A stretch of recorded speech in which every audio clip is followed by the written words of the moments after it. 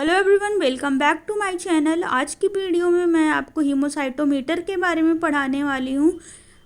एक बार इसके नाम को समझ लेते हैं, उससे ही हमें पूरा वीडियो या हीमोसाइटोमीटर समझ में आ जाएगा। हीमोसाइटोमीटर को अगर तोड़ें तो ये हीम, साइटो और मीटर में टूटेगा। हीम मीन्स होता है ब्लड, साइटो मीन्स होता है सेल्स, मीटर मीन्स होता है मेजरमेंट। यानी कि ऐसा इंस्ट्रूमेंट जो ब्लड सेल्स को मेज़र करे उसे हम हीमोसाइटोमीटर कहते हैं। लेबोरेटरी लैंग्वेज में हम हीमोसाइटोमीटर को न्यूबर्ट चैम्बर्स के नाम से भी जानते होंगे। अगर आपने लैब में काम किया है तो आप इसको देखा ज़रूर होगा आपने, ठीक है।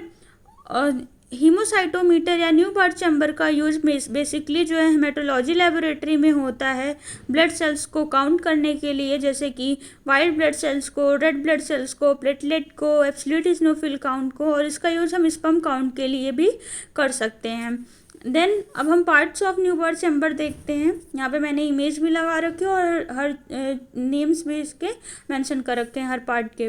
और साइड जो वाला जो होता है उसे हम लेटरल प्लेटफॉर्म कहते हैं, और बीच का जो एरिया होता है उसे हम सेंट्रल प्लेटफॉर्म कहते हैं। और यहाँ पे जो ब्लेड्स लगी होती हैं, यहीं पे हमें कॉलम्स दिखेंगे, यहीं पे हम सेल्स को काउंट करते हैं माइक्रोस्कोप के नीचे। इसे हम काउंटर ग्रिड कहते हैं।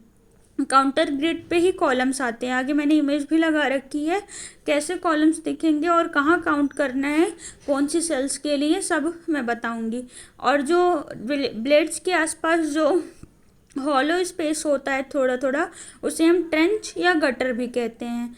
अब हम इसको जो है, इसमें सेल्स को देखते कैसे हैं। पहले हमें न्यूबॉर्न चैम्बर को चार्ज करना पड़ता है। अब न्यूबॉर्न चैम्बर को चार्ज कैसे करते हैं उसकी भी मैंने इमेज लगा रखी है, लेकिन मैं भी फिर भी थोड़ा बताती हूँ इसका प्रोसीजर।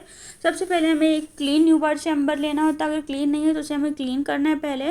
देन उस पर कवर स्लिप प्लेस करनी है, कवर 22x22 mm की कवर स्लिप प्लेस करने के बाद हर सेल्स के लिए अलग डाइल्यूटिंग फ्लूइड आता है उसके साथ, और हर सेल्स का अलग रेशियो होता है। उसके साथ हम जो है ब्लड के साथ हम डाइल्यूटिंग फ्लूइड को मिक्स करके डाइल्यूशन बनाते हैं। देन हम जो है न्यूबॉर्न चैम्बर को चार्ज करते हैं। चार्ज करने का मतलब क्या होता है कि हम पीपेट की हेल्प से, यहाँ पे मैंने लगा भी रखी इमेज, जो हमने डाइल्यूशन बनाया होता है उसको कवर स्लिप के नीचे डालते हैं।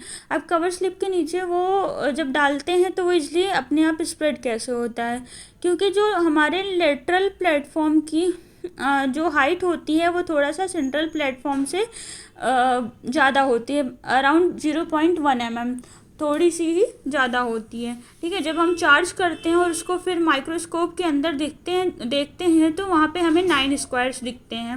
9 स्क्वायर्स में जो हमें upper right, lower right, upper left, lower left जो कॉलम होगा, हर कॉलम के अंदर 16 स्मॉल स्क्वायर्स प्रेजेंट होते हैं। उसमें हम WBC या एब्सोल्यूट इओसिनोफिल काउंट करते हैं।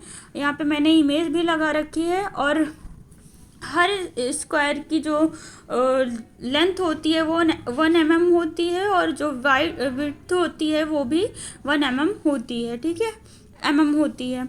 देन जो हमारा बीच वाला स्क्वायर होता है उसमें 25 सब स्क्वायर्स प्रेजेंट होते हैं, जिसमें से हम 1st, 5th, 13th, 21th और 25th स्क्वायर्स में जो है रेड ब्लड सेल्स को काउंट करते हैं। हर स्क्वायर के अंदर सब 16 स्मॉल स्क्वायर्स प्रेजेंट होते हैं।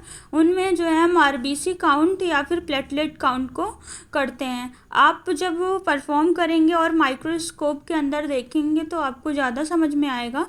अभी तो मैं सिर्फ बता दे रही हूँ। और इसका फॉर्मूला क्या होता है, किसी भी सेल्स को जैसे हमें RBC काउंट करना है तो RBC count is equal to number of cell counted, RBC cell counted.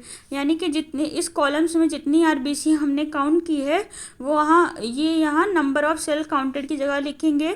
Then dilution factor, RBC के लिए जो डाइल्यूशन फैक्टर होता है 1:200 का रेशियो होता है, तो यहाँ पे 200 × 200। देन डेप्थ 0.1 mm की होती है, जैसे कि मैंने पहले ही बता दिया था।